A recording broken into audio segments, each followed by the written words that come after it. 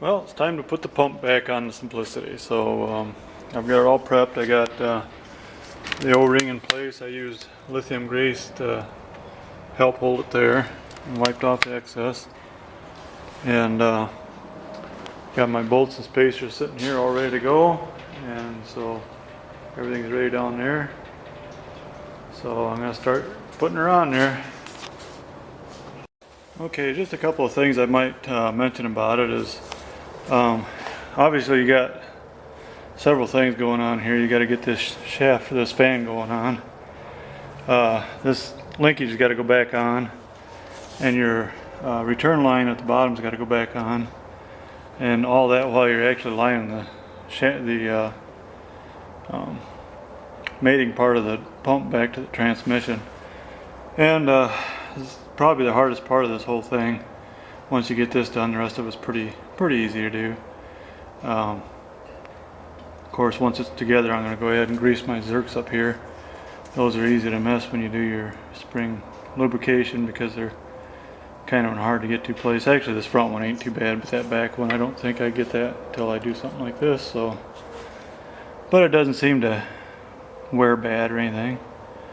Anyways, once you start getting it kind of close, if you're finding you're not quite getting all the way on there, then go back below and check your hose. Make sure your hose is slid on. And if you don't have two guys do it, or if you don't have somebody helping you do this or whatever, it's good to have your bolts in, especially your top two bolts, so you can I just kind of worked them in as I went, and finally it was in there, and I'm good to go. This filter I got on here, that's just an engine oil filter, and I'm going to go ahead and run this for a little while with this filter on once I get it together. In fact, probably no more than I'll be running it this winter. I'll probably wait until next spring. And then I use a Napa 1084 filter instead of the Simplicity filter. And then on the engine, I use a Fram 3614 filter instead of the Kohler filter, because that'll save you about almost $10 on filter. And I guess that's all I need to say for now. I'm going to go ahead and tighten this pump back on here, and then I'll be ready to go on to the next part, which should be this linkage on here. Getting the linkage pinned to the... Actually, I don't need to show you how to do that. It's just a roll pin that goes through there, and then you just use like a drift punch or something to kind of line your slots up, your hole up. And so I'll get that all done, and we'll go on to the next part. Well, now that the pump is bolted in place and the linkage is on, next thing I'm going to do is put these hydraulic lines back on. I've got plugs and caps on the hydraulics so that no contaminations could get in there while I was waiting for parts and stuff. So I just got to pull those caps off. These are, I think they're all just finger tight. So pull those off and then put the lines on, and then we'll be ready for putting the fuel tank back on. Now it's time for the tank, and that's just an exact reversal of pulling it out. Just got to slide it back into this little cubby hole there and into that bracket, and then put the other bracket on.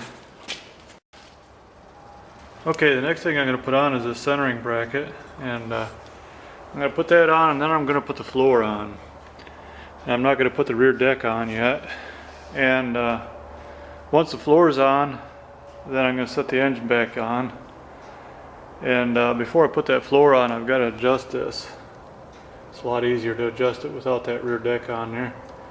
And then once that's all adjusted, and I can kind of check how my wiring looms are all cleared, because that's something that you kind of have to fudge around with them a little bit as you're putting this thing back together, is make sure your wire looms all fit without anything being pinched and all that. And so that's what I'm going to do next. I'm going to go ahead and put that centering bracket on. I'm not going to adjust it yet.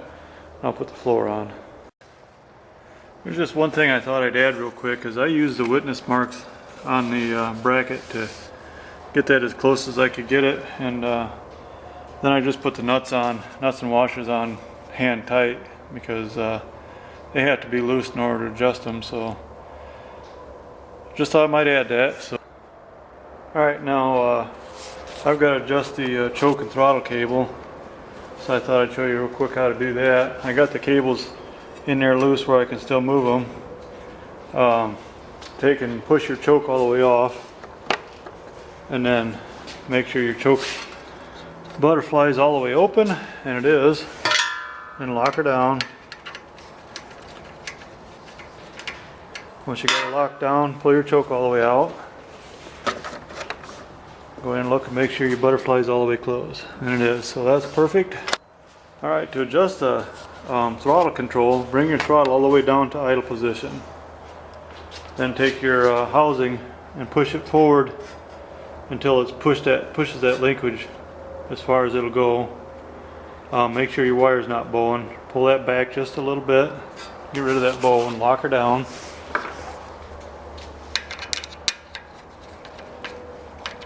And then try your throttle. Make sure you're bringing it all the way against.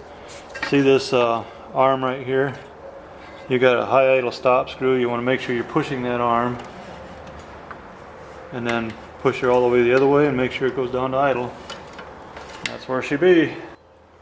Okay, the engine's all in, everything's hooked up to the engine. And you got your throttle cable and your choke cable, your fuel line, your PTO clutch wire, your starter power wire, and your starter trigger wire. And you got a connector over there. And that's pretty much it. And then it's bolted down tight. Front belts are on, and the little tab brackets on that holds the firewall in place.